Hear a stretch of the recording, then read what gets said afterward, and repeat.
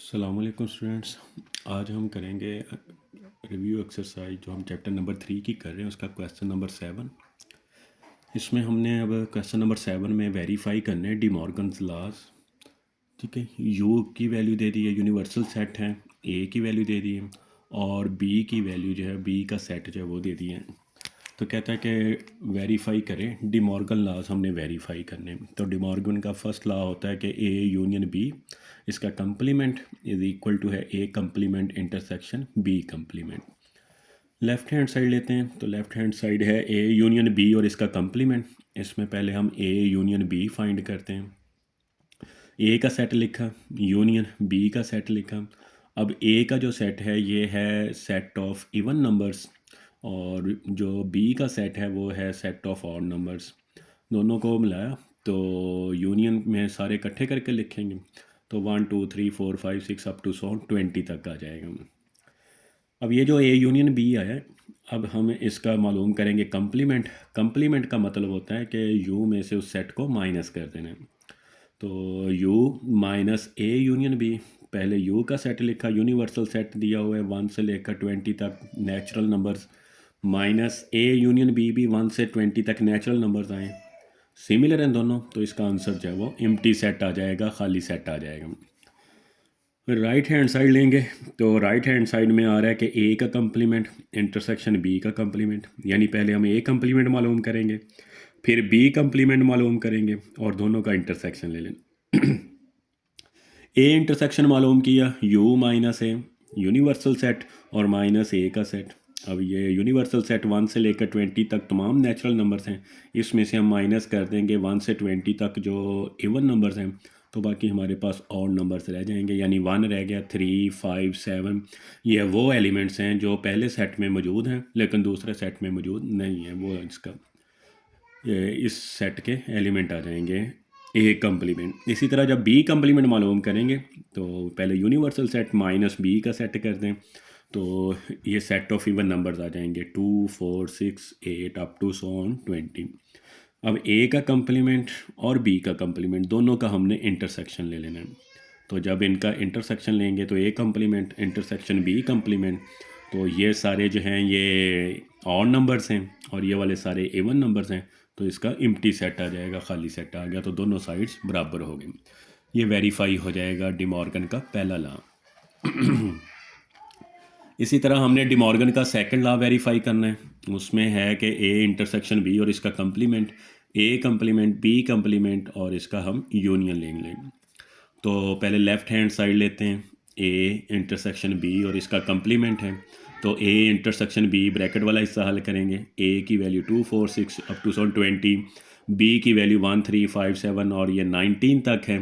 तो जब दोनों का इंटरसेक्शन लेंगे तो ए गिवन है, एक ऑड है, कोई भी चीज़ इनमें कॉमन नहीं आएगी, तो इसका एम्प्टी सेट आ जाएगा, खाली सेट आ जाएगा जी। फिर हम ए इंटरसेक्शन बी का कंप्लीमेंट लेंगे, यानी इसको यू में से माइनस कर देंगे, u minus A intersection B, तो पहले यूनिवर्सल सेट लिखा जो कि 1 से 20 तक है, माइनस कर देंगे एम्प्टी सेट को, तो अब इसका आंसर वही यूनिवर्सल सेट जो है वो इसका आंसर आ जाएगा 1 2 3 4 5 6 अप टू 20। दूसरी तरफ ए कंप्लीमेंट है और बी कंप्लीमेंट है। ए कंप्लीमेंट जैसे हमने पिछले पार्ट में मालूम किया उसी तरह मालूम कर लेना है, बी कंप्लीमेंट भी उसी तरह फाइंड कर लिया, तो दोनों के कंप्लीमेंट का अब यूनियन लेंगे 1 3 5 अप टू 19, ये ए का कंप्लीमेंट है, बी का कंप्लीमेंट है 2 4 6 अप टू 20 तक। तो जब इनको इकट्ठा करेंगे तो 1 से लेकर 20 तक तमाम नेचुरल नंबर आ जाएंगे।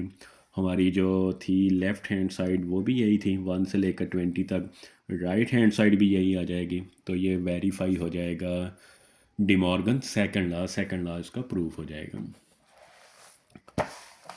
नेक्स्ट है क्वेश्चन नंबर 8, उसमें उसने दो सेट दिए हैं, कहता है कि इनका यूनियन फाइंड करना है।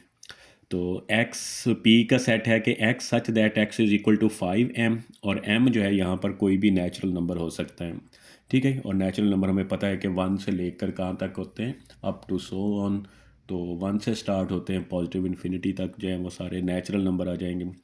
तो Q का जो सेट है वो X such that X is equal to 2m, तो m यहाँ पर भी बिलोंग करे नेचुरल नंबर को।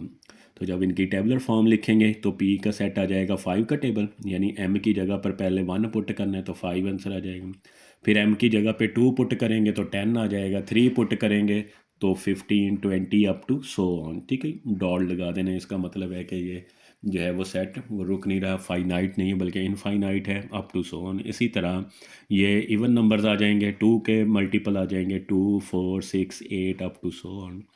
तो दोनों का हमने लेना है इंटरसेक्शन, पी इंटरसेक्शन क्यू। पहले पी का सेट लिखा जो कि 5 का टेबल है, फिर इंटरसेक्शन 2 का जो टेबल है वो लिखा, यानी क्यू का सेट जो कि 2 का मल्टीपल है। तो जब इनमें इंटरसेक्शन हम मालूम करेंगे तो इंटरसेक्शन इसमें आ जाएंगे कि 10 आ जाएगा। ठीक है, 10 5 पे भी डिवाइड होगा और 2 पे भी डिवाइड होगा, 20 आ जाएगा, 30 आ जाएगा, 40, 50, 60 अप टू सो ऑन। ये इसका आंसर आ जाएगा।